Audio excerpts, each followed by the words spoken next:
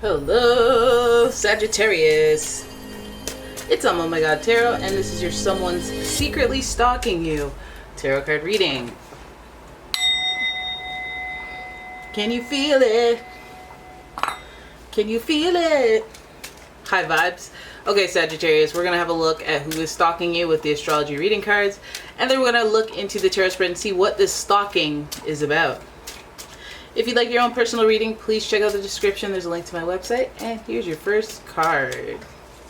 Sagittarius, you're dealing with a Taurus or Taurus-like energy. And the energy around you shows the abundance of nature. It is rich, earthy, and productive, yet relaxed and slow. Whoop. Okay, so you have an earth sign, and your next sign is Virgo. The energy around you is dutiful, hesitant, and humble, with a discriminating, diligent, and painstaking air. I like it. 2 earth signs, so you know this person's coming off very practical, very level-headed, very calm, seemingly. I know some of you are like, oh, please, Tauruses are not calm. I'm saying, hey, the foundation, yes, they are. Your next card is Scorpio, and the energy is intense, masterful, thoughtful, and magnetically charming, but also secretive and possessive. Ooh, that Taurus-Scorpio mix, it's a lot. It's a lot. It's intense. It is intense. So we're going to have a look using the Golden Universal, and we're going to see what they're doing the stalking about, because they could be anywhere from looking into you from a telescope, you know, to just being like, oh, let me just see how they're doing. Very casual. And we're going to have a look. Right, here's your first card. Queen of Wands. Now everybody knows they got the fire too long. Now everybody knows that they're motivated by how they feel on the inside, not events. Ooh, 5 of Pentacles. So Queen of Wands, 5 of Pentacles in reverse. There's a level of abandonment in this, maybe unresolved trauma from that abandonment. Oh my goodness, then we have the Devil himself. The Devil himself, that is your 3rd Earth sign association. So Capricorn is associated with this card. But this card rules codependency, but please notice that the relationship is going through the ringer. These duos here. The trauma of it all. The trauma. Oh my god. What kind of... We got the 3 of Swords. You guys are in for a dramatic reading. And then we have the Wheel of Fortune. So now I know that this person just hoping that their luck will change and that there's a twist of fate. So on some level, this person is spiritual. On some level, this person has some meant to be twin flame, going with my heart type energy to them. With Taurus energy, you'll see that this person may be a hopeless romantic, and they might have a hero complex. They want to rescue you, they want to save you from something. But the Virgo energy is making them very sensitive and very tight-lipped about their vulnerabilities. And also with Scorpio, they have that little protective energy as well. So you know this person's coming from a place of like trying to be broader than the situation and trying to maybe take control of a situation with you. And that's weird for people who are pushing this person away, and this person's still trying to kind of assert some control. There's no doubt that this person has a little bit of a codependency issue. Whether they rely on you, it seems more like they would seek for you to rely on them. So you to be dependent on them in some way in order for them to exert their power or control. But I feel like that's a comfortable place for this person to be because I feel like a vulnerability has been created with this third-party situation. It's reminding me of somebody who like you're with and they've already traumatized you by like cheating on you or creating a place for mistrust, lying to you.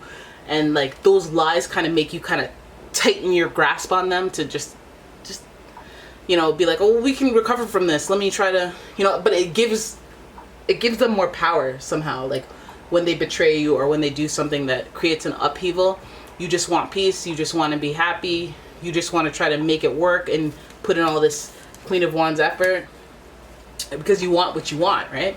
But this person, I feel like they're living through a stream of like using relationships to their advantage and creating problems, sadness and disappointment because they're disappointed because they don't plan, like they plan to get lucky. They don't, or maybe they just don't think things through because they plan on being lucky. They usually get themselves out of it somehow, so they just don't have a reason to reel it in.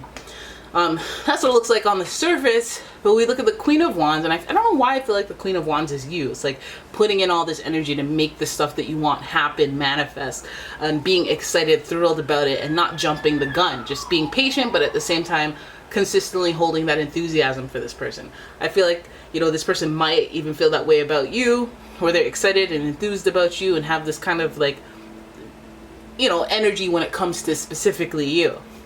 But I feel like that black cat, you know, some people see the black cat as bad luck. It could get ugly, but I feel like this person's excited by you, by the thrill of you, and you know, they may have some other issues going on. Now, I feel like when it comes to you, although they might be excited and thrilled, they might have other people attached to them. They might have somebody else attached to them.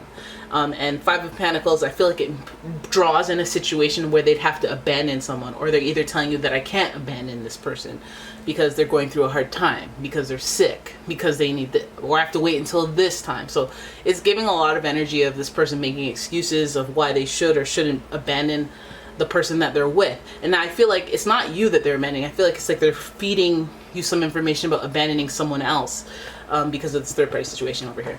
But then we see the dependency energy, the codependence energy, and I feel like that's what makes them feel shackled or tethered to this person. So they might be married, they might have a child with this person, they may have some sort of connection that they can't just make a clean break from. I live with them, I work with them, you know, whatever, insert that.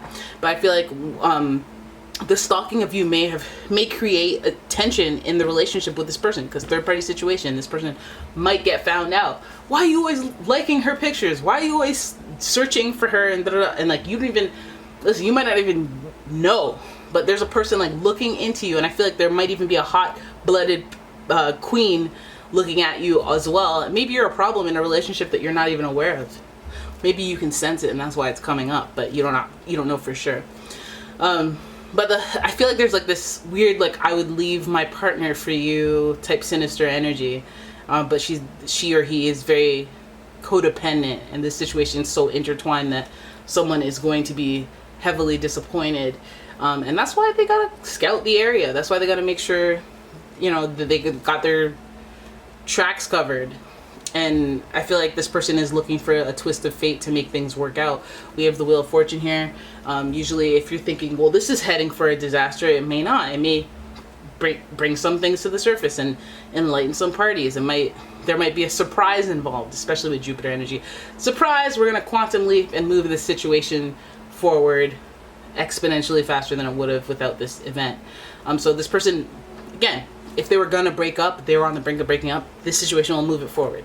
If they find out about some sort of communication or feelings, or because we don't see straight up cheating here, we don't see deception, lying, we just see like you're looking into someone and your interest in looking into someone else shows us that we have a problem in our relationship, and that might be the catalyst to, again, make things move forward with this person. So I think that, you know, it's whatever the actions mean on the inside, the actions that this person has taken, what they amount to will be ultimately kind of like a catalyst to move either the situation, move their relationship forward into breakup, or move it into like addressing the situation of you're looking at other people, you're looking for other people, you're looking at this person, this Sagittarius, you're interested, aren't you? You know, and unveiling all the issues that come with that. And then boom, it turns into something else. What does that turn into? A relationship that's repaired, or is a relationship that is explored with you? Freedom to find out. That Wheel of Fortune can be just about anything. Let's have a look. Nope, it's looking like that evaluation is probably like, you know, I flew too close to the sun on the wings of whatever. Maybe they found that, you know, this person was flirting with you at some point, or this person was making plans with you, and you were none the wiser. But either way, it feels like this person's heading for a loss. They're heading for something that changes, that they may have, you know, impulsively done something that led to this change, but it feels like it's sad for them. It feels like it's like they'll regret what they lost when it comes to the third party situation. So if they're walking away from a partner for you, you might find that this person will renege on that deal. They might have some aftermath thoughts that are like, So I would say, you know, let's not jump the gun and be a Queen of Wands in reverse ourselves and be like, okay, let me just dive right into this with this person who obviously has issues and they're just kind of rushing into anything with me. You know that this person will feel that feeling of codependence is mutual. It's like they'll have grown accustomed to somebody depending on them, or the attitudes, the energies, and everything that comes with somebody who willfully will be dependent on them. And maybe that type of dynamic is what they thrive in. Maybe they got bored for a moment because they're sure regretting it after the fact. And number 5 is like they're uncomfortable with the change. They're uncomfortable with whatever it is they're bringing your way, and it's like they're gonna backpedal or move backwards. So just be wary with this said stalker. And yeah, there it is. That is your reading. I hope you guys enjoyed it. If you did, please give the video a thumbs up and subscribe to the channel. Leave a comment, share the video, and if you like your own personal reading, please check out the description. There's a link to the website. It's burning up in here. I don't know why it's so hot. I just turned the air conditioner off for this reading, so I don't know why are beads of sweat coming down my back. It doesn't even make any sense. And then later tonight, we're gonna have all these stupid fruit flies trying to attack me because there's lights in here. Like, it's not even cute when this summer is too hot. Like, just be up to 25 degrees Celsius and that's it.